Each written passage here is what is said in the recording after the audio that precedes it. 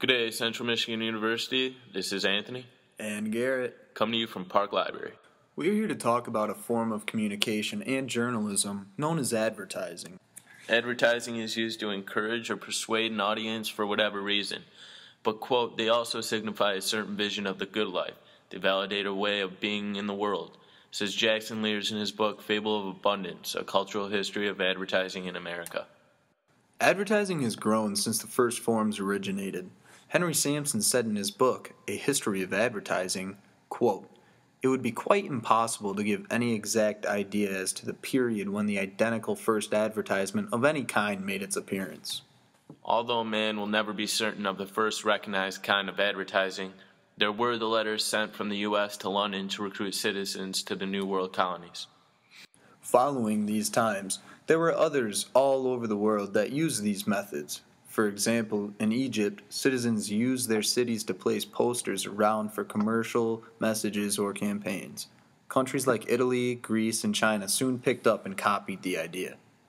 Advertisements are much different now than in older times, and they will continue to change as time goes on. They are different in how they are made and produced, the content is different, and the limits are much different as well. Advertisements used to be only letters and posters. Now they are up on billboards, then they got onto the radio and television. Now advertisements are everywhere we turn our heads. There are so many different mediums in today's business. As media and time transforms, advertising changes. When the technology is altering or the prices of advertising space are changing, these kinds of modifications directly impact how the business is ran.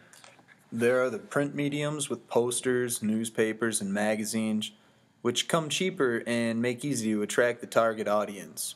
There's the radio and television, which are able to actively speak to the audience. Motor transportation was invented, which created a new form with the outdoor and the transit advertisements that just couldn't be ignored, such as billboards, buses, and taxis. While people were used to seeing what was being offered to them through advertisement on paper, the invention of radio brought a new interactive method. With the voice of the radio, it felt a lot more personal. Getting even more personal, the invention of television brought not only a voice talking to the folks at home, but a visual of them right in their living room. With the evolution of the internet, it brought yet another way to spread advertising all across the World Wide Web. With the internet, it brings a variety of different advertising methods.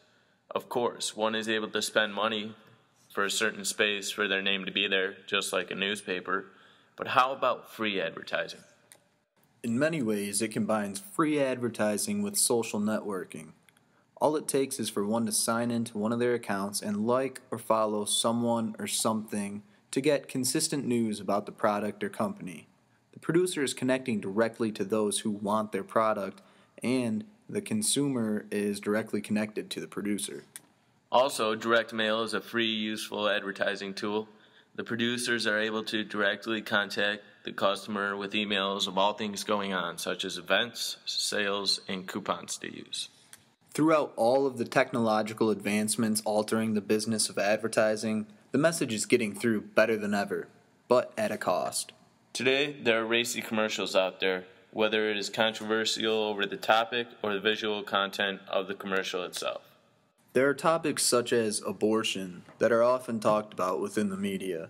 These messages are there to raise awareness, but also raising red flags in the process when all of the different kinds of viewers are considered. Directly within the image of the commercial, ads like those made by GoDaddy.com are looked down upon for some for promoting sex appeal for no apparent reason. If we were to back up not even a century ago, a majority of advertisements made today would not be acceptable. There's close to no chance they would be published for any audience to see. But at the end of the day, the goal of advertising has always been the same. Even though the rules and ethics have changed and will change, it is the advertiser's job to grab the attention of their audience and to lure them in. Joe Capos said in his book, The Future of Advertising, New Media, New Clients, New Consumers in the Post-Television Age, quote, "Media grew and proliferated throughout the 20th century. Agencies were still making their money from media buying." The way advertising agencies run business is directly associated with the advancement of technology. With the media growing today faster than it ever has before, we will see advertising growing just as fast. In terms of the future of the advertising business, it will always be around. As long as there are products and services that need to be promoted, there will always be life in advertising.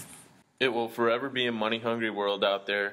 Anybody will do anything to get their name or brand noticed, even when the messages become more inappropriate. When these messages become even more vulgar, we will see the general population become more interested with the typical advertisement than ever before. This has been Anthony Rizzo And Garrett Puckett with advertising. Thanks for listening, and have a good one.